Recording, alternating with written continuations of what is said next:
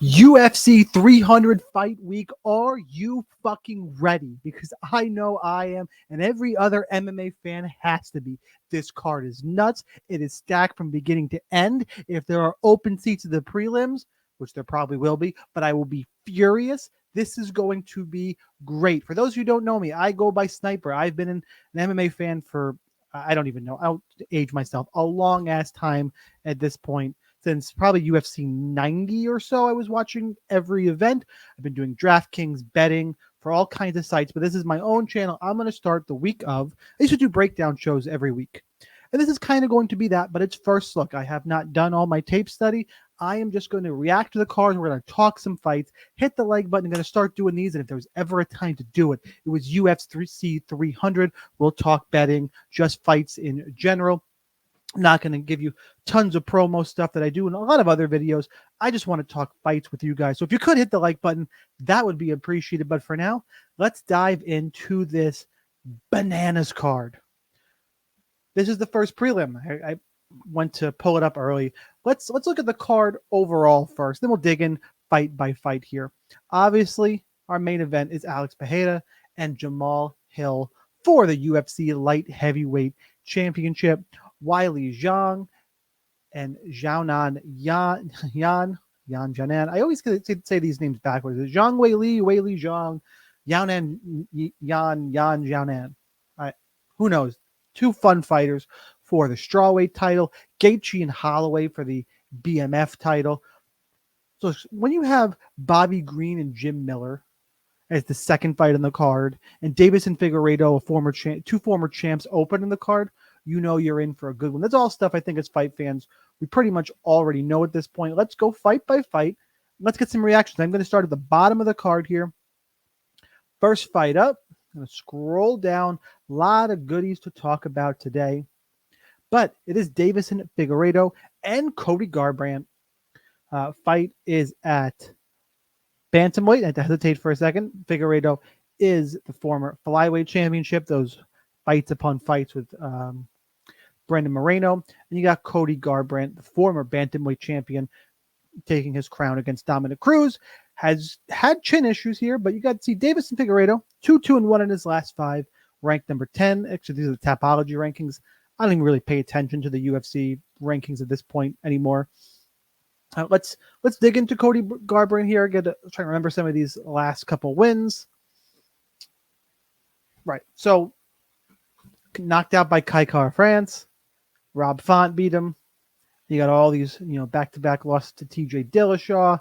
Pedro Munoz is not a bad loss. Pedro Munoz is a good fighter, but he still is, Cody Garbrandt's lost only won 3 of his last 8 fights.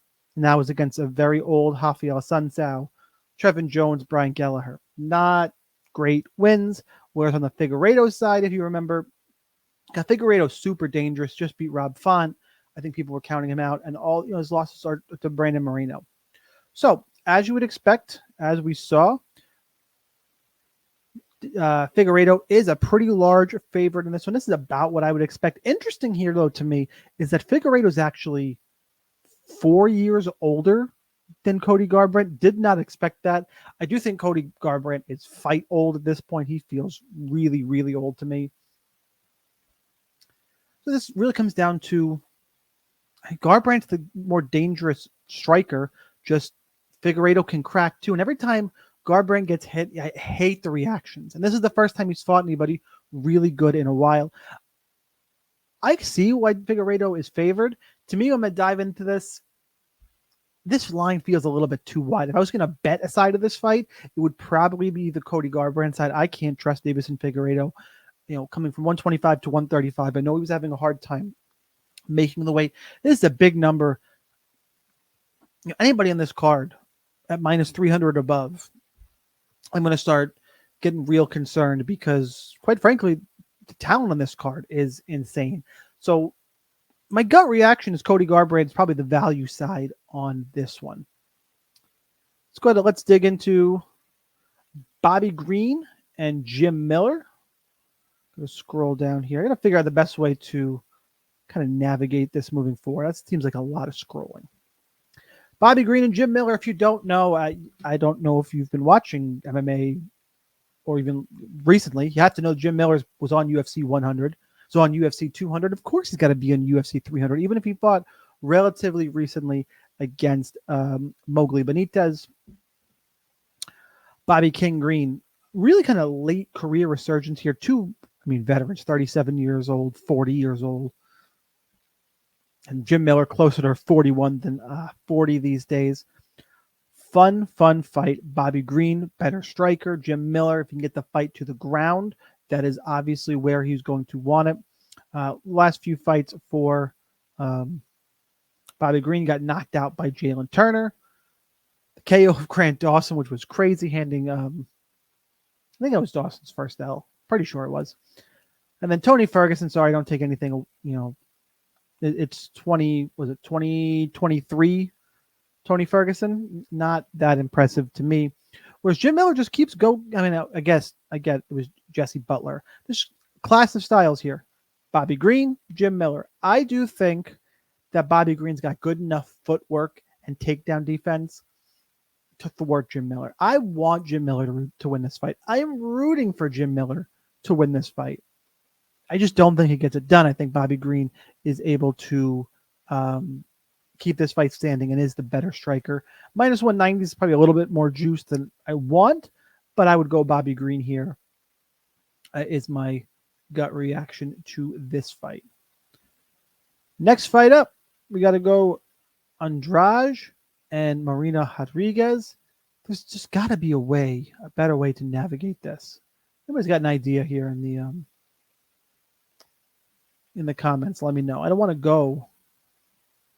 I'll open up 12 different tabs, but I guess I will if I have to. All right, Jessica Andrade has only won 2 of her last 5. Marina Rodriguez has got those losses to Amanda Lemos and Virna Jandiroba.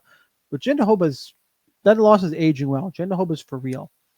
This fight, I need to make sure. So again, I also didn't realize how much older Marina Rodriguez was or is. She's 36 years old, going to have a big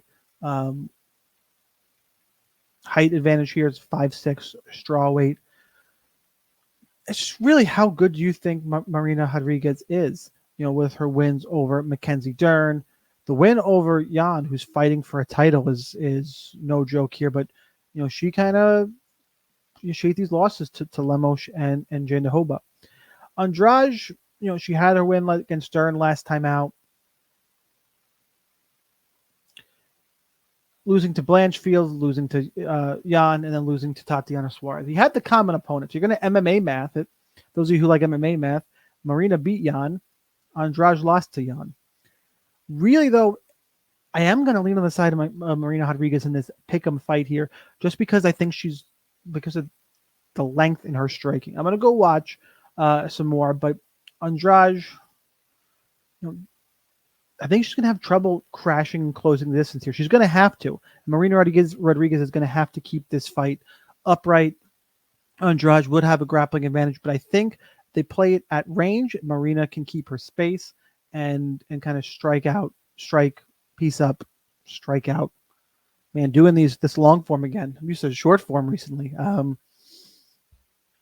I just think the length is going to be too much here. So my initial reaction here is Marina Rodriguez to win this one by decision. Next up is Jalen Turner and Renato Money Moicano.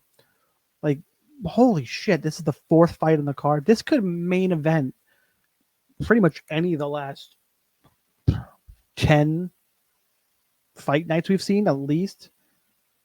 I can't believe Chris Curtis just main evented a fight night. I'd probably stop shitting on him, but I'm not going to.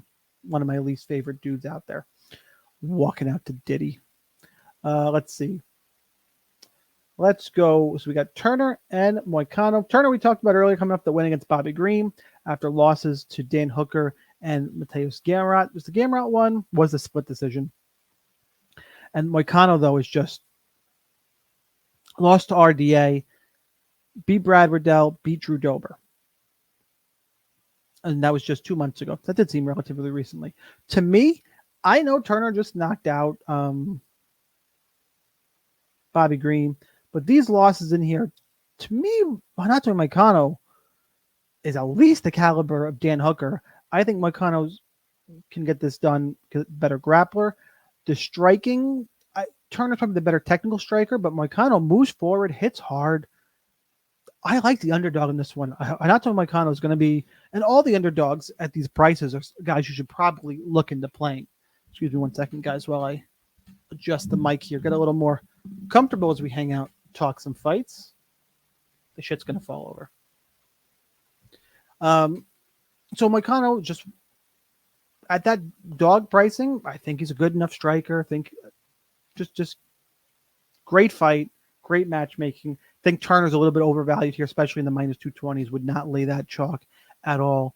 Moicano definitely going to be on my DraftKings lineups as well. All right, Super Sadiq Yusuff taking on Diego Lopes. Lopes, the prospect, coming on strong. I think I, of course, pulled up the wrong page. Here we go. Sadiq Yusuff, the last time he fought, it feels like it's been a while ago. It was only 5 months. A loss to Edson Barbosa. That felt way longer ago to me. Diego Lopes taken the UFC kind of by storm, had that great debut against Mavzar, if you remember, and then wins over Gavin Tucker and Pat Sabatini, where he just ran through them. Sadiq Yusuff, though, is a big step up in competition here, and this is another dog I'm really looking at here. I think Super Sadiq is a little bit undervalued here. I think people kind of forgot how good he is. He came back from, losses to Edson Barbosa and Arnold Allen, not quite the same as Diego Lopes. I think there's value in this side. Lopes is super fun, super exciting, has got a future here. And I know he was right in there against Mavzar. I think Sadiq is going to be able to keep distance, be a better striker, and make Diego Lopes shoot some bad shots. That's kind of how I see this one playing out. So more underdog picks for me. My, again, gut reaction here is to take Super Sadiq. Holly Holm. Holy shit, she's still around. I can't wait to see the age on Holly Holm against Kayla Harrison. Holly Holm's plus 340 against Kayla Harrison, whose one loss is that fight to Larissa Pacheco. Holly Holm is 42 years old. Kayla Harrison, 33, making her UFC debut. Sorry, Holly. I got to go with the chalk here. I think Holly's been able to mix it up well in her career. I guess if she's going to keep this at boxing range and a slow-paced fight, I just think the pace, the pressure, and the strength of Kayla Harrison is going to be what is the difference in this fight. Be interesting. The last time Kayla Harrison weighed in was at 150 pounds. What weight is this fight at? I'm not 100% sure. I'm going to go to a different tab and check it out. You think someone who keeps on top of it, I would know off the top of my head, and I'm just not 100% sure what weight they're fighting at here. Scrolling down is bantamweight. Kayla Harrison's got to make 135.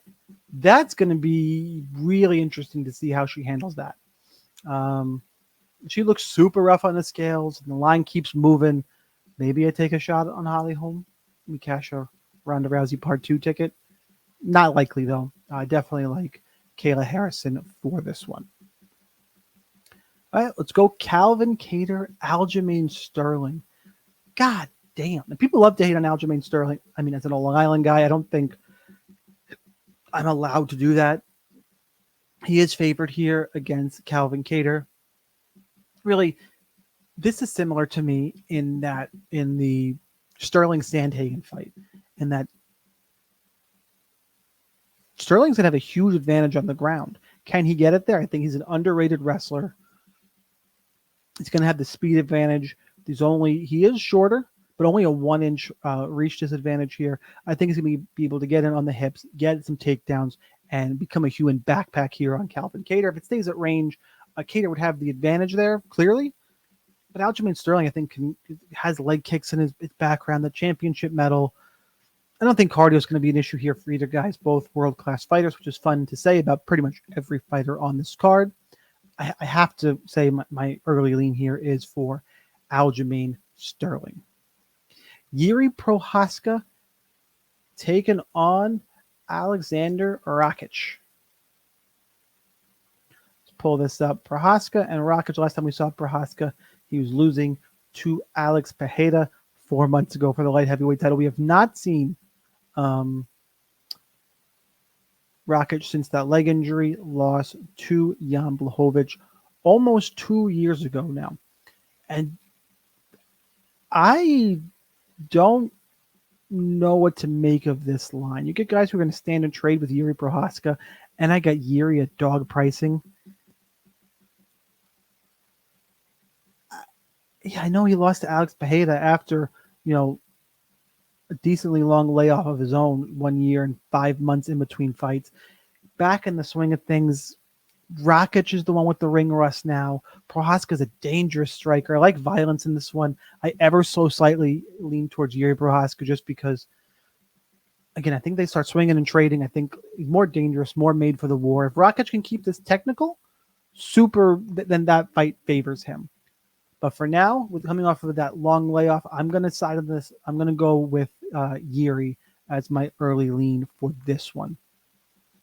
Moving right along, we're on the main card, and Bo Nickal is on the main card. I don't like the placement here. Like, I get it. It's Bo Nickal. You're telling me that Kattar Sterling shouldn't be on the main card. Prochazka, Rakic should be in the main card. Instead, I get Nickal and Cody Brundage. I mean, good for Cody Brundage, but this fight shouldn't be there. This guy's got 5 MMA fights. Brundage has lost 3 of the last 5. I know he's won back-to-back fights, but this fight should not be on the main card, guys. It just shouldn't. But let's dig into it. Still fun. It's still a good fight for the card. If I'm going to nitpick anything on this card, it would be the placement here of Bo Nickal.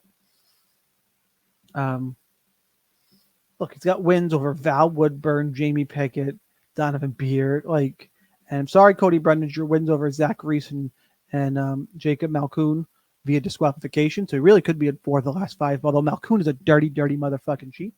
I was at the fight at Atlantic City 2 weeks ago at this point, where not Brundage, obviously. Who the fuck was it? Oh, God, I'm going to close my eyes. This is going to bother me. The name is right in the tip of my tongue, and I can't quite get it there. I have to go back and look now. Is it Petrosky? Andre Petrosky. I got there without having to look it up. Man, that was scary that I just blanked on that.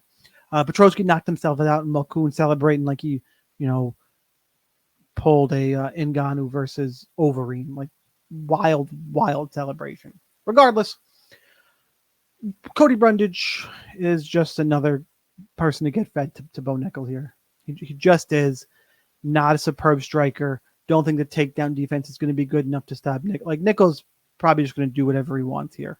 Another smart fight by the UFC, setting up their golden boy rolling forward. But at some point, a la Joe Pyfer, Jack Hermanson, he needs to step up. Now, I'm not saying Nickal is going to go the way of Joe Pyfer.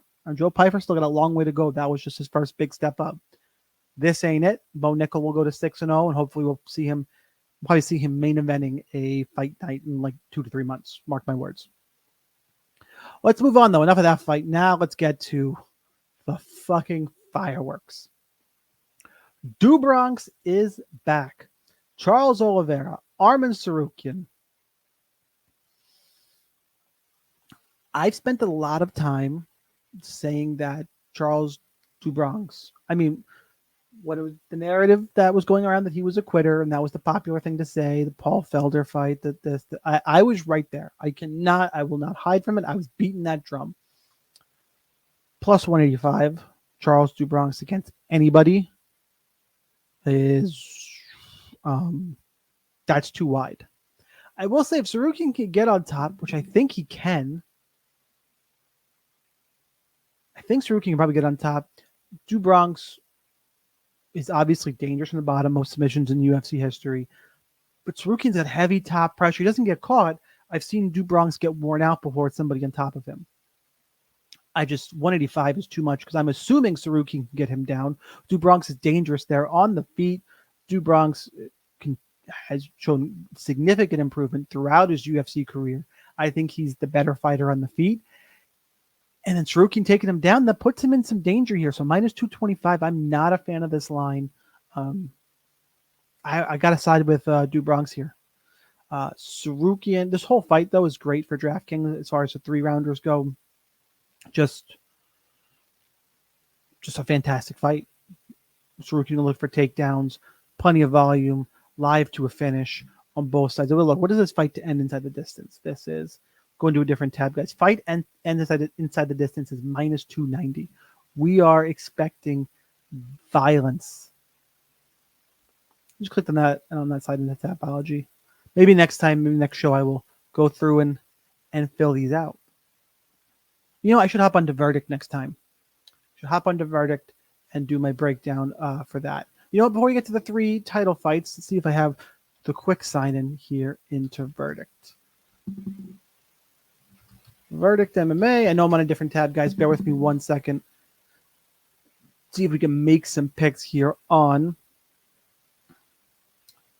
the podcast. Do I call it the podcast? Do I call it UFC? I don't even know what to call it at this point. Just my YouTube channel.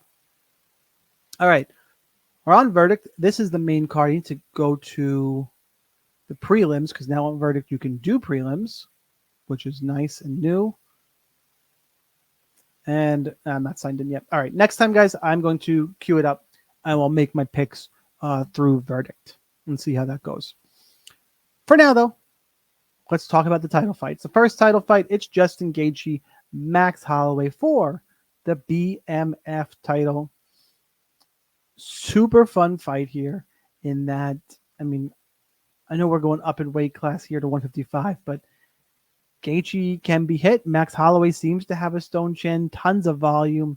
Like, this is a fun fight. Unfortunately, this plays out a little bit. I know MMA math doesn't work, but you got Dustin Poirier, the common opponent, with Gaethje just knocked out Poirier. I think it's a similar scenario in that Gaethje's shown to be iron-chinned. Holloway is a volume striker. And Holloway's going to wear the damage. Being up a weight class matters. I think he's just going to wear the bigger shots from Justin Gaethje. So Gaethje is my pick on this one. But I don't think I'd bet minus 210. You want to take a stab at Max because you're a big Max fan at plus 175? Sure. But I'm about Gaethje in this fight. I do think Gaethje takes this one. All right. Co-main event, and it's title time. Weili Zhang, Weili, Yan, I'm going to call it Yan and Weili the rest of the way just because, like I said, I never know which way to call it. And I'm sure I'm doing it wrong. Weili is a huge favorite here at minus 420. Loves to bring the violence.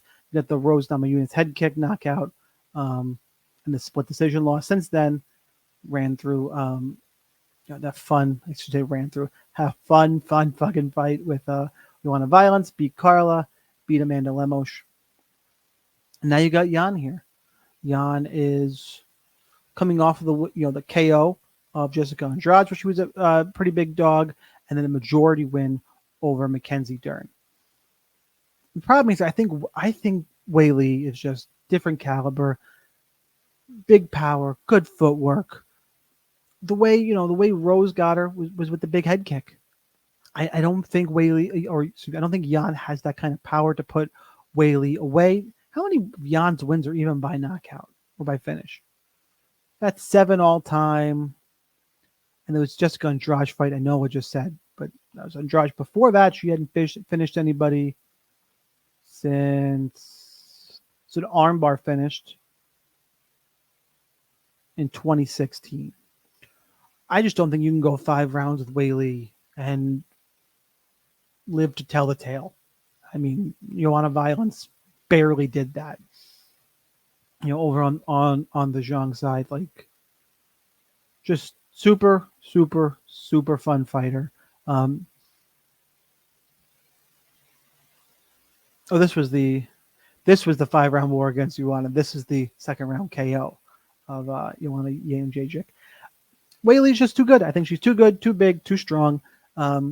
Like Jan, little run here. I just think this is a brick wall and a bad matchup. All right, we're on to the main event. Let's talk Alex Pereira, Jamal Hill. Hit the like button for me, and let's go and talk about the main event and give you my thoughts here. All right, Alex Pereira. Clearly, the only last time he lost was to Israel Adesanya. I was at that fight. Crazy. Jamal Hill, a former UFC light heavyweight champion who did not lose his belt. Got hurt, injury. Yuri vacated. Jamal Hill vacated. Good to see both those. Usually those guys, the new champion gets an interim title and there's a rematch. Both these guys gave up the belt, and I'm glad the UFC did the right thing and gave them the title shot when they got back. Or gave you know what I'm saying here. So Pereira, clearly world class, crazy striker. It's hard to pick anybody against Alex Pereira, especially if I go to Jamal Hill. Not really a wrestler. Like doesn't have any submission wins. Does have the ground and pound win over Thiago Santos. I'm gonna pull up. I'm curious how many takedowns that Jamal Hill has ever shot in the UFC. Just pulling up here. Pulling up. I don't think he's ever landed a takedown in the UFC. They are going to stand and trade. And I think Jamal Hill will probably have some more volume. The problem is that gives that's way too much time for Pereira to land a counter. Big boys, I have to lean ever so slightly on the side of Alex Pereira. I'll actually be rooting for Jamal Hill. Jamal Hill is up in the DraftKings suite of UFC in Madison Square Garden. Watch all the prelims. Really cool dude. It's just a different level of striker, I think. This is one I probably have the least strong take on this fight. I know it's the main event and everybody wants a strong take.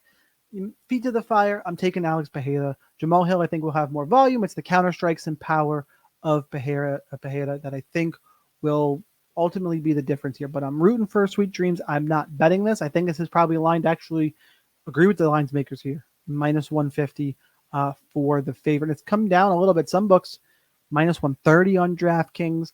I think Pereira should be a slight favorite. I know I've butchered his name like 6 different times, but I haven't talked this long straight in a podcast in a while. But it's good to be back with you guys. So Pereira, oh my God, really struggling last 2 minutes here, will be my pick for the main event. That's UFC 300 First Look podcast, all 13 fights. Hit the like button for me. Drop a comment.